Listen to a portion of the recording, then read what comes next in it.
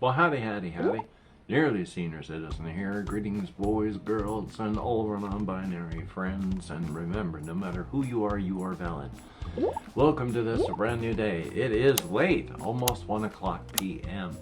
And by God and by golly, this chair that I have been given was provided by the facility. And it's horrible. I've mentioned before that it's bad. I mean, it's bad. I mean, I have to fight with it. It will not go straight. Some of the wheels are just locked. So thumbs up. I'm gonna have to next disability head up to Walmart and see if they have any cheap chairs there. Thumbs up.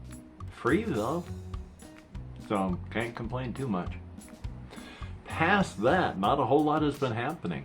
Once again, partial insomnia last night. Did not sleep anywhere near as much as I would like, even though I took a Benadryl tablet. It takes me forever to fall asleep.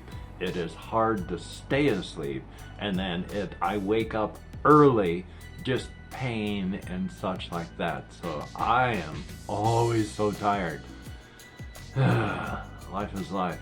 So I didn't do much yesterday after recording because it was late, but I went out on walkies and it was raining, so soaked. Joy. But then I've not been doing much today either. It's been cold outside, but at the same time, as much as I say it's cold, I don't know how far down this is going. I'm having to prop up my tablet with the iron helm box, so I can't see but just a sliver of the top of the screen. But up until this winter, right now, I have had to wear an undershirt and then an overshirt and then a jacket if I go outside. I use these as jackets. I've been using these as jackets for a couple of years.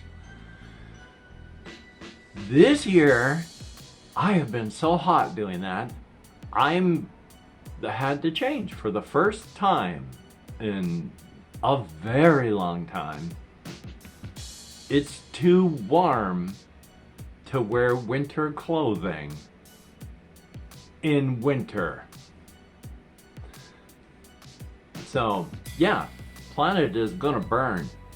We're setting it on. I mean, it's been on fire for a while, but instead of putting it out, we're just pouring gasoline on the flames. I am sorry, each and every person in the future that has to deal with this horrible, wretched mess that we have left you. That is, I don't know how there can ever be a solution. So, you know, this freight train that is running right at the cliff face, you know, the people in charge that have the money, they've had the doors bolted and welded shut, and they've got a huge block of concrete on the acceleration pedal. We're all stuck. Of course, the way the train is designed, when it does hit the cliff, we all die first. The people in the last train that have the money, they die last. Everyone still dies, but they die last. And then, of course, the planet becomes like Jupiter, Venus. The odds of there being a runaway greenhouse thing, the planet becoming like Venus with temperatures over 900 degrees Fahrenheit are pretty big.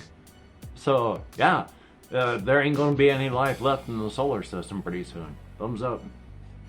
Anyway, though, on a non-depressing level, subject? Something or other. I was watching a channel called Dungeon Dive this morning, and then the person that there was talking about the game. There's a board game for Skyrim, and my God, is it expensive. But, no, oh my God, now I can't even remember the reason I brought it up, because I got sidetracked while thinking about this other thing, the actual board game, because it wasn't about the board game, it was something about where Daniel, who runs Dungeon Dive, was saying that the vast bulk of people that watch his videos aren't watching after the 5-minute point. So if he wants to do a review, he doesn't know whether to just say the good parts at the beginning, because that's what the vast number of people are only going to hear, and then they'll rush out, buy the game, and then be unhappy because it turned out to have a ton of flaws that they didn't stick around to watch? Or should he say the bad things in the front, and then the people who don't watch after that don't hear well about all the good stuff that mean it's a really good thing and you should go out and buy it? So he's stuck with that. And yeah, everyone talks about that. I mean, even the big people that run their channels talk about that. The vast bulk of people stop watching after, well, in my case, it's like the first minute, but you know, in his case, it's after the first 5. And even people like Markiplier and Jacksepticeye were talking in the past about how the same thing. The vast bulk just goes whoosh after just like the first 3 to 5 minutes, and then people that make it to the end are a relatively small number. So anybody who watches my videos and makes it to the end, or even past the first minute and a half, thumbs up, thank you, it is appreciated. Now, for the whole, there is a Skyrim board game. Don't buy it. Oh my God, just what I was hearing about, and then I stopped watching it because if somebody's reviewing something that I'm never going to buy or be able to buy, why listen to the review? So I'm not going to buy the Skyrim box, so after a while I just turned off that video and went to something else. But one of the reasons why I will never buy the Skyrim game is the base game is $180? $180, $190? It has expansions. Each of the expansions is $85. There's a neoprene playmat. I have shown you my neoprene game mat for D100 Dungeon.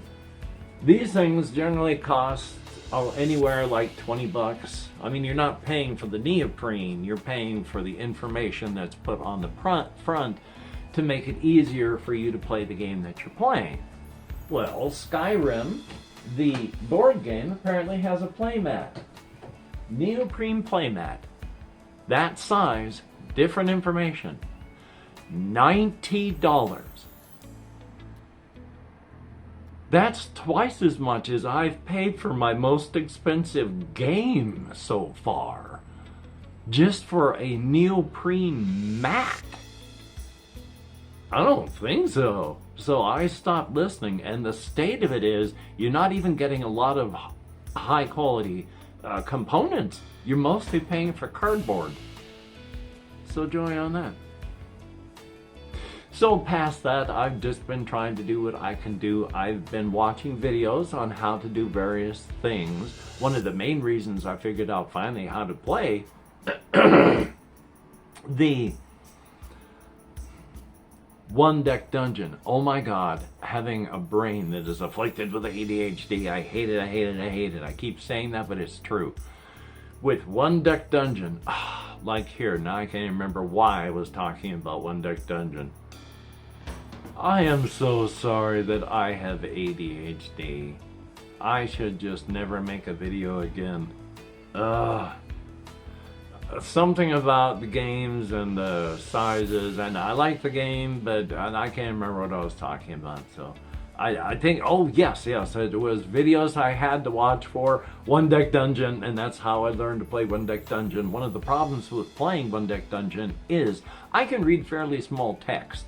In the game box for Tin Helm, it's small, and they print the instructions on the cards that are inside of there. They're tiny. I can read them okay. There are tiny black text on a plain white background. I don't have any problems. I can read that real nice.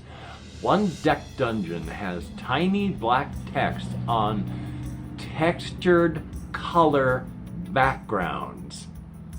I have to use only this eye, and I have to hold the manual this far away. If I don't do that, I can't read the manual. It's like that with a lot of the cards too. Every other game, I can read the card. Every other game, I don't have problems with the manuals. Every other game, they made the text in the manual easy to read. They didn't put the text on a textured, colored background. So it's been fun playing that. And someone in my comments, Sylvia Harrington, was leaving comments. I'm just saying the name because the name is in the comments. If you read the comments, then you would see the name. Speaking about how there's like the Tiny Epic series of games. They can't even play those games anymore because the text is so small. And yeah, if it's on a textured colored background, I wouldn't have a hope of being able to read it. Yeah, I've got bifocals, but my bifocals, I can't read out of this one anymore. And if out of this bifocal, it's almost as bad as trying to read without it. So, maybe if I got up-to-date bifocals, I'd find it easier to read small text, but I don't know. And speaking of games on that front, people seem to really like One Deck Dungeon. They have 2 expansions for One Deck Dungeon. One of them is small, $8, just adds a couple heroes, hero cards, things like that. The other one is like Shadows of Underdark, something like that. I can't remember the exact thing. It is a standalone expansion, which adds some rules so that you can add the 2 of them together and make a larger 2-parter game like that. I mean, still same game, still going into the same dungeon. It's just that you're adding the 2 parts together. This one's more seems like a overworldy. From what I've been able to see, I'm not quite sure, especially since I think they call it like Shadows of the Underdark, so I guess it wouldn't be overworld, but there's green stuff and poison, so yay. 2 other games I want to get. They are kind of expensive, each of them. They're like full board game price, though they're not full board game components. The parts, there's Bag of Dungeon 1 and Bag of Dungeon 2. They come in a bag. But you make a dungeon with the tiles, and past that I don't know. But I've only seen the pictures and what they show in the listings on Amazon. But I guess you draw the tiles, but you use the tiles to make a dungeon, and then you can combine, of course, Bag of Dungeon 1 and Bag of Dungeon 2 to make a larger, more complex game. Because each of those is like... they're between 40 and 50 bucks. I can't remember the exact price. It's more than 40, but it's less than 50. I would have expected it to be more of the $20 to $30 range, but you gotta go with what they do. So yay. But I'm hoping to pick those up in the future, as well as pick up the rest of Mike Landville books, as well as pick up the rest of the Fabled Lands books, as well as pick up the rest of the D100s in a PDF form, as well as pick up the last D100 in physical form, as well as picking up all these other expansions for other things. Iron Helm, which I want to make a better playmat, because that's a good game. It's a good game. I have not done Tin Helm or Iron Helm justice. I want to replay those for the channel. I really want to do more Note Quest, because that is fun and fast. I'm waiting for this one person to do a Canva tutorial so that hopefully I'll be able to use Canva. I'm sure I could look up Canva tutorials on YouTube, but I am sort of trying to give this one person, her channel's small-ish, so I want to give her views. So I'm waiting to get the tutorial from her channel. So hopefully it comes up soon. Past that, just surviving. I have been thinking, of course, about the stuff on my settings. I have, of course, forgotten most of it. Yay! Various characters that I've had that I don't know what to do with. I'll just come up with a sprinkling of them. Some of them I've talked about years ago.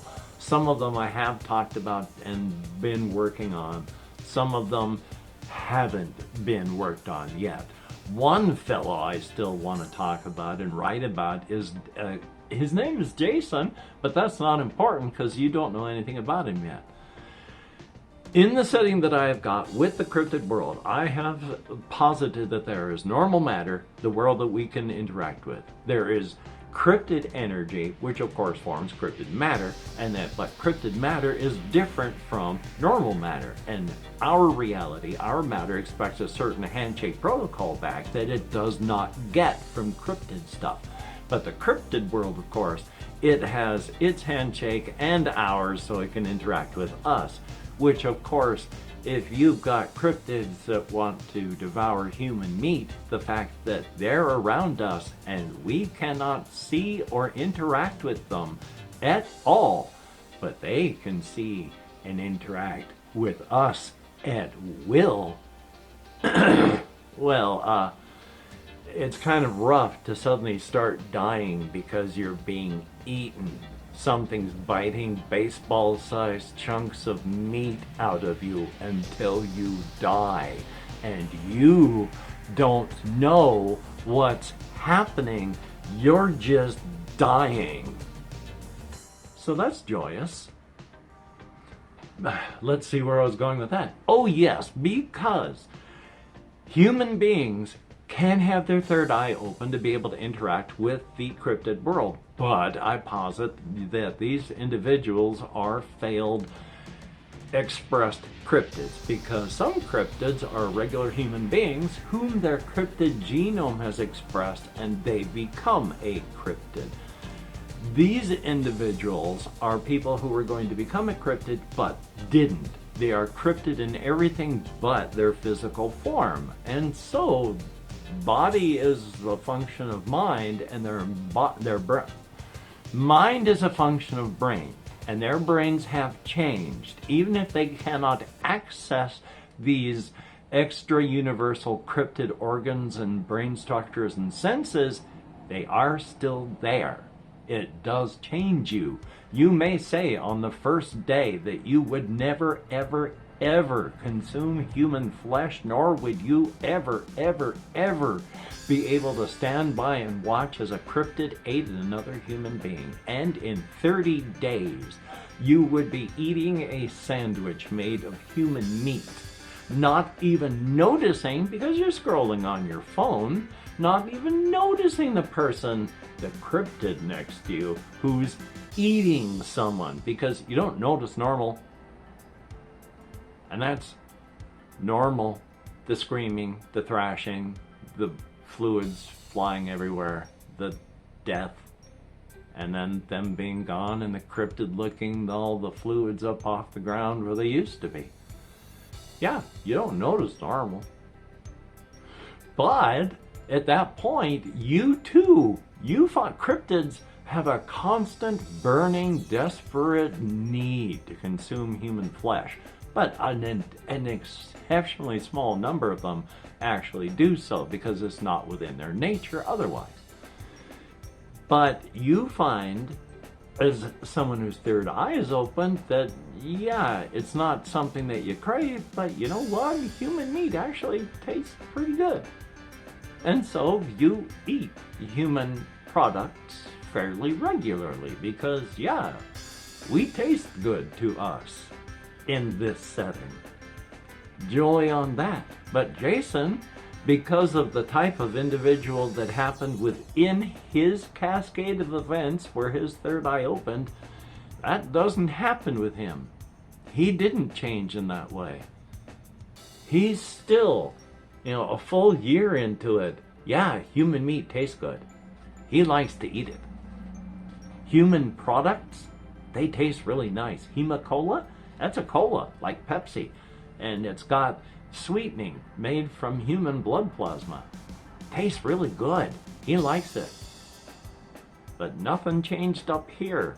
He's still got the cultural and genetic bias against eating your own. So that's rough for him. Not quite sure what to do with the fellow, but that's his story. Then, of course, there's Benjamin and Thomas, where one of them is a cryptid and the other is not. One of them has their third eye open. I believe that is Thomas. Benjamin is the cryptid. They are in a relationship. I don't know much what to do with them either. I'm working with them, trying to figure it out, but past them being in a relationship, I'm not quite sure what to do with them. Individually as characters I have a handle, but as more than that, it's tough. And then of course I still love my one cryptid who's going to die within the context of these stories. Cornetto being a physical manifestation of mayhem. When this individual wakes up, they may be mad at something they have no control over, that reality has no control over. They can't help being mad. It might be they are just pissed because today the sky is blue, and how dare it reflect blue wavelengths. Somebody is going to die. And yeah, they'll go out and they'll murder someone because the sky is blue. They are a physical manifestation of mayhem in this fashion. But they're gonna die, and I'm sad about that. But them and another cryptid, Lynn Tanner, are both going to go into the basement of Khmer Rouge Manor, where King Mike is not quite sure what's going on down there, but they know there's something awful. But as King Mike, he'd like to know what's down there. As Mike, their friend, he's urging them not to go, but they're out of alcohol. There's alcohol down there. It's been locked up. They could pick up the alcohol and see what's down there. And while they're down there, Cornetto, who could get hit by an 18-wheeler going 200 miles an hour, would be hurting, would be bruised, but would get up, tear the door off the 18-wheeler, and then the person who drove it is going to die very, very slowly and painfully. But Cornetto comes apart in chunks, and so Lynn runs. So there's all sorts of characters that I want to write about and talk about, and unfortunately I couldn't really remember what I wanted to talk about today. Hopefully, if you have watched this far, you have enjoyed listening. That would be very, very cool. If you have, why not drop a note in the comments and say, hey, I enjoyed watching what you were saying, or I hate watched to the end, or whatever, because I enjoy reading all comments, and of course YouTube rewards engagement. So everybody that is a Patreon patron, thumbs up, thank you. No, I have not yet got you up on the list for the screen. I am so very sorry, but for right now, you beautiful and awesome people know who you are. I will have you up on the list again here very, very soon. Thumbs up, thank you. Because of your help, I am a less hurting monkey than I would be without your help. I would be a badly hurting monkey. Not a hosed Christmas monkey like I used to be. Just a hurting monkey. A badly hurting monkey, but just a hurting monkey. Compared to being hosed like a Christmas monkey, that's paradise. Thumbs up and thank you. And for everybody that has left me a comment, thumbs up, thank you. I do appreciate it. I read every single one of them.